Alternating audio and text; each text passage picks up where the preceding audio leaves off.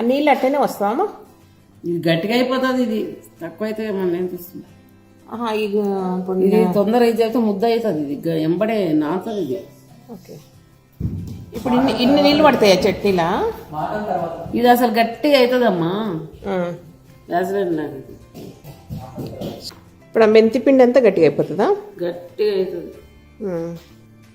ఇప్పుడు చట్నీలు ఈ నీళ్ళని పడతాయా? అవి ఇప్పుడు మెంతి ఇవన్నీ పడతాయి, ఏం చేయాలి. చిక్కగా అయిపోయింది. గడ్డలు రాకుండా కలుపుకోవాలా?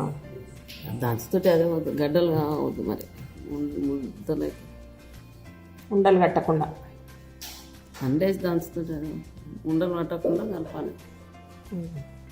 నవ్వు అంత సీరియస్గా ఉంటావు?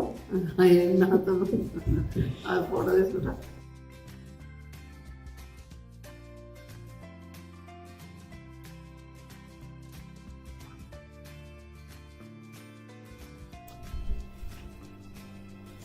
మామిడి చెట్లు వగిలినాయి మీ దగ్గర? వగిలినాయా పల్లెలో? 2 వగిలినాయి ఇక్కడ, అన్నీ వగలలేవు కానీ. ఓ పరిగిలి నర్సరీ నడుస్తా, అది పెడదామా పెద్దదే? వచ్చిందంటే 5-6 రోజుల్లో ఉంటుందో బేళలాగా పెడతాడే. నేరేడుకాయలు 5 వరకు అయిపోవాలి. అదే ఈసారి కాయనట్టుంది, పురుగు పట్టింది.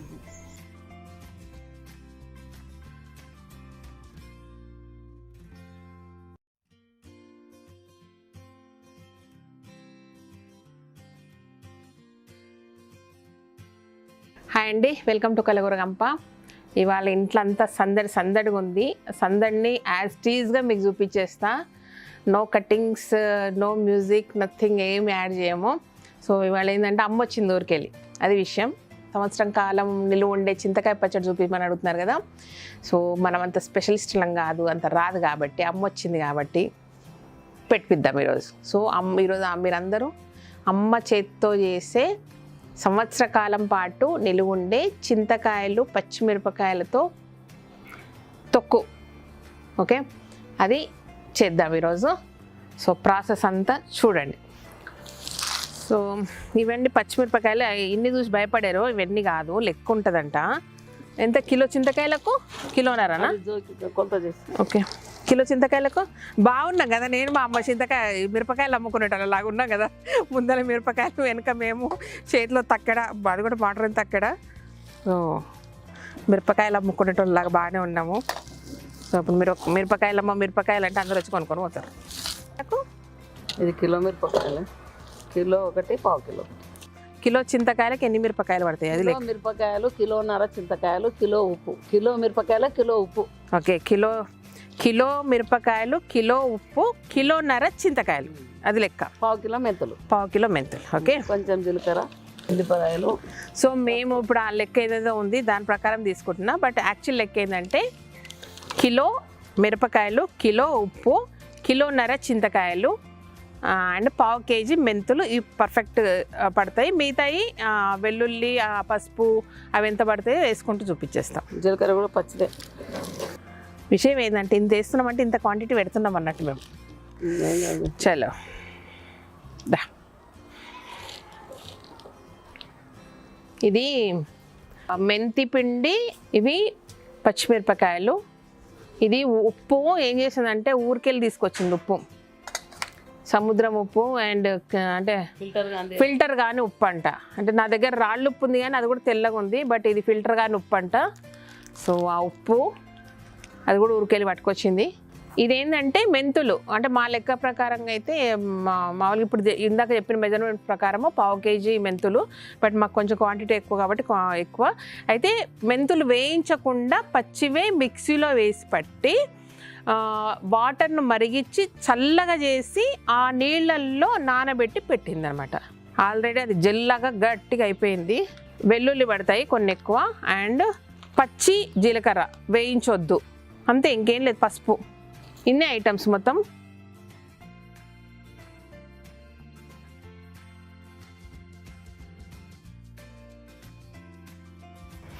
చాలామంది ఈ చింతకాయలు కొంచెం ఇంకొక 15-20 రోజులు అయ్యాక ఇలా పొట్టు ఈజీగా వస్తుంది కదా, ఆ టైంలో తీసుకెళ్ళి పండు మిరపకాయలతో పచ్చడి పెడతారు నిజానికి. కానీ దీనికి సంబంధించి ఏంటంటే ఎస్పెషలీ తెలంగాణ ఏరియాల్లో ఈ పైన పొట్టు కూడా తీయరండి, తీయకుండా యాస్టీస్గా గింజలు కూడా పడేయదు, గింజ కూడా దంచాలి ఇప్పుడు. సో దంచి పిలుచుకుంటే ఆ ప్రాసెస్ అమ్మ చెప్తుంది. సో ఇలాగే వేస్తారు, ఇలాగే దంచుతారు. ఐటమ్స్ మాత్రం ఇవే: మిరపకాయలు, ఉప్పు, పసుపు, పచ్చి జీలకర్ర, పచ్చి మెంతి పొడి, కాగబెట్టి చల్లార్చిన నీళ్ళలో కలుపుకొని పెట్టుకున్నారు, అండ్ చింతకాయలు. ఇన్నే ఇంగ్రీడియంట్స్. సో ఇప్పుడు ప్రాసెస్ దంచాలి, కొన్ని రోట్లో దంచాలి, కొన్ని మిక్సీలో వేయాలి, ఎందుకంటే గబగబా చేయాలి. అమ్మ ఊరికి వెళ్ళిపోతుందంట, అది విషయం. కాబట్టి మేమేం చేయలేము. అలాగే ఎలా ప్రాసెస్ అయితే అలా చూపిస్తూ ఉంటాను, చూసేసేయండి మీరు. అట్లనే దంచండి, మీరు ఏమనకుండా దంచేసేయండి అంతే.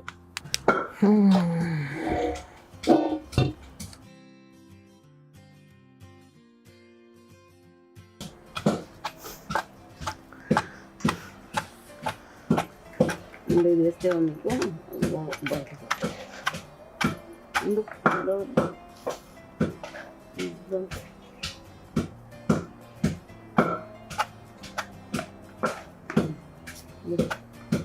మెల్లగా దంచి కొంచెం అయినాక బాగా దంచేసి చూడు. మాకు ఈడొక రోలు ఆడొక రోలు, 2 రోళ్ళు ఉన్నాయి కదా, 2 రోళ్ళలో పనులు అవుతున్నాయి, దంచుతున్నారు వీళ్ళిద్దరు. సో పచ్చడి మా అందరికి కావాలి. అప్పుడు సరోజమ్మలకు కావాలి, సునీతకు కావాలి, నాకు కావాలి, మా అమ్మకు కావాలి, మా చెల్లెలు కూడా తీసుకొస్తుంది మా అమ్మ, అలా కావాలి, అందరికి కావాలన్నమాట విషయం అది. ఇవి 2దే లేసుంటా, ఇది ఒకటే తెచ్చారా పైనుంచి? ఆడొకటి ఉంది. ఓకే,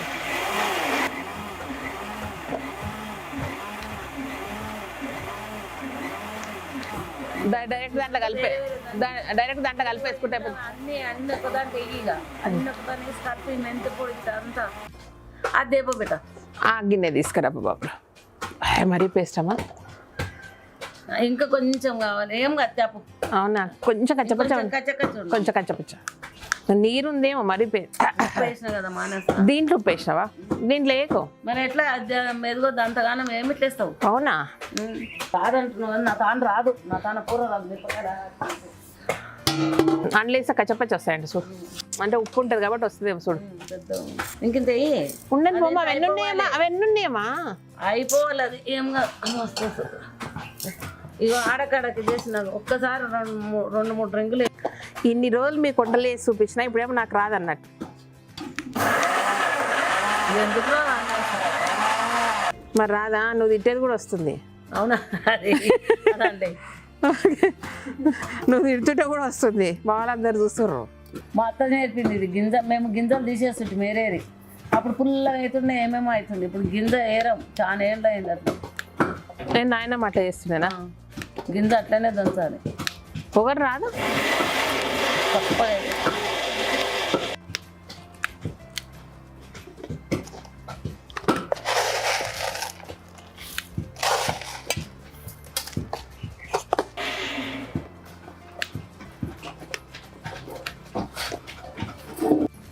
ఇంకా కొంచెం మెత్తగా కావాలి. కాదమ్మా, అందులో పసుపు వేస్తే అయిపోతుందా? అట్లనే విడిగానేనా? ఓకే ఓకే, ఒకసారి వేసి కలిపి పెడతా, కొంచెం ఓకే ఓకే. అది మిక్సీ మంచిగా ఉండాలి. ఇంత కచ్చపచ్చ దంచి అన్న వస్తుంది. ఇక ఈమె తీసుకో. స్పూన్లు కావాలి బాబ్రో, ఒకటి పెద్ద స్పూన్ తీసుకురా. ఆ డ్రా తెరిస్తే పెద్ద స్పూన్ ఒకటే వచ్చింది.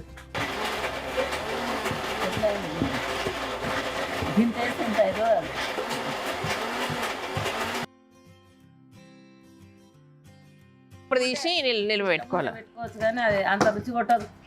పచ్చి నూనె వేసుకుంటే రుచి కొడుతుంది. పాలల్లో, నెయ్యిలా, పెరుగులా తింటేనే మంచిగా ఉంటుంది, కానీ ఒట్టి పచ్చి నూనె వేసుకుంటే కానీ అదేం మంచిగా కుట్టకపోతుంది.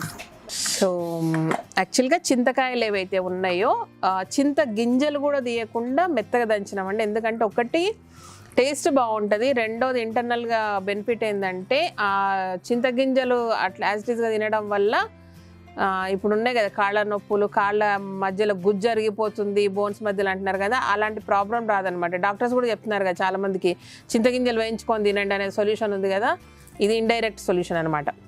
పచ్చళ్ళలోనే ఆ చింతగింజలు తింటాం కాబట్టి అడపాదడప ఆ కాళ్ళల్లో గుజ్జు అరిగిపోకుండా వస్తుంది. పసుపు వేస్తుంది చూడమ్మా, పడుతుందా? మెంతిపిండి కూడా ఇంట్లోనే వేయాలి ఇప్పుడు. అన్ని ఇంట్లోనే వేస్తే ఇది మా అత్త నేర్పింది. వాళ్ళ అత్తమ్మ నేర్పించింది అంటే ఇది ఒక్కొక్క వాయికి చేస్తుంటే ఇట్లా అన్ని చేసి దాంట్లో కలిపి ఇంత కిందికి నింపాను. మా అత్త నేర్పింది అంటే మా నాయనమ్మ నేర్పింది అనమాట. అది విషయం. మా అమ్మనేమో గింజలు తీసేస్తుండే. పసుపు సరిపోలేదమ్మా, కొంచెం ఎత్తున చాలు ఆ ఊటలో పసుపు పసుపు పసుపు. ఇది నానబెట్టిన మెంతిపిండి ఎట్లయిపోయింది చూడండి, ఎంత బాగుందో. నాకైతే భలే నచ్చింది. తినాలనిపిస్తుంది, జెల్లీలాగా ఉండదు. కొందరు రొట్టి పొడి కూడా వేస్తారు కానీ ఒట్టిగా అయిపోతుంది. ఎల్లిపాయలు అంతేనేగా.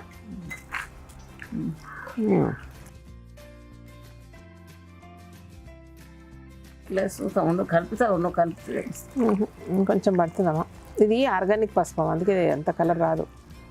నేనైతే ఇంట్లోనే దంచుతాను, ఇంట్లో రోకలు పెట్టి దంచుతాను. అర్థమైందా? ఇట్లా గిన్నెలకి వేస్తుంది కదా, గిన్నెలనే దంచుతుంది. చిన్నగా దగ్గర ఉన్న దాన్ని తీసుకొని బోగా మళ్ళీ వాడు దంచాడు.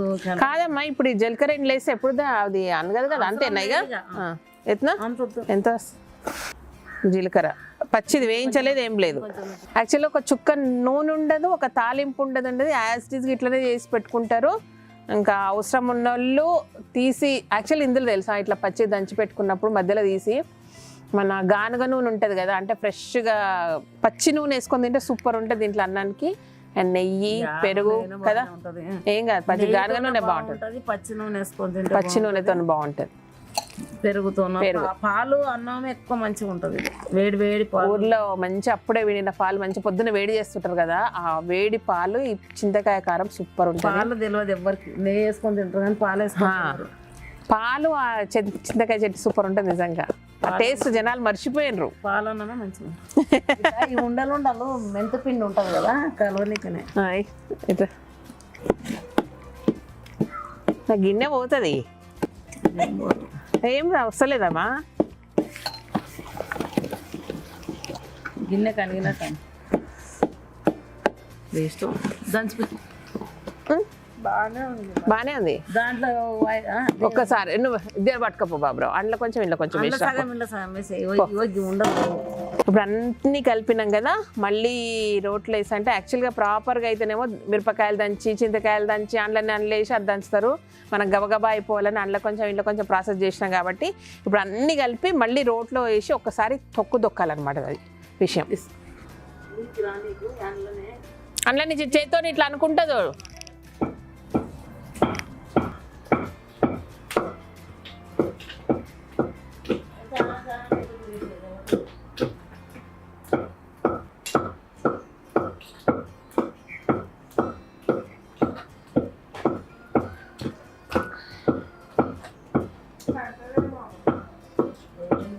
అమ్మ ఉండి ఒక్క నిమిషం, మళ్ళీ సగం జిగురు ఉంటుంది కదా గాయత్రి, ఆడనే ఉంటుందేమో అది.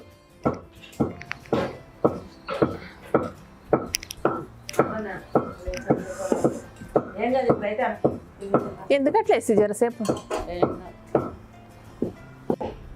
ఇక చెంచాతో అన్నమ్మ స్పూన్తో లోపలికి అనుకుంటాను.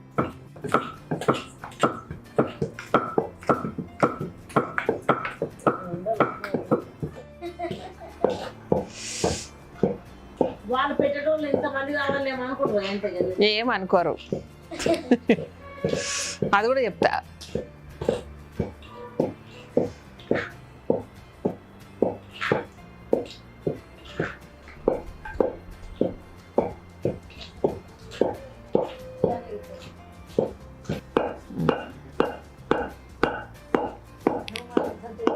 నువ్వు జరుగుతుంటాయి ఇక. అబ్బాయి మా అమ్మ రోకల్ది కూడా కొని చేస్తుడు. నేను సగం సగం వదిలేస్తా.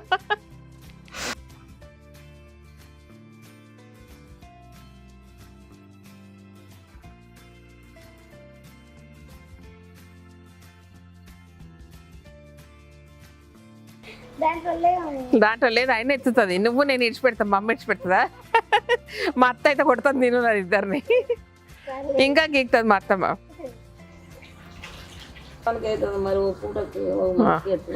ఏమో అది చూడండి, ఆ గీకేదంటే ఒక మనిషికి కొంచెం అన్నానికి అవుతుంది అంటే అది కూడా గీకుతుంది. అన్నం పరబ్రహ్మం, ఓకే. చట్నీ పరబ్రహ్మం, ఓకే. చెప్పిన కదా ఆల్రెడీ, ఒక డాట్ చిన్న చుక్క నూనె కూడా లేదు. ఇది ఇలాగే నిలువ ఉంటుందండి, ఇందులో ఏం కలపరు ఇంకా. సో చింతకాయ పచ్చడి.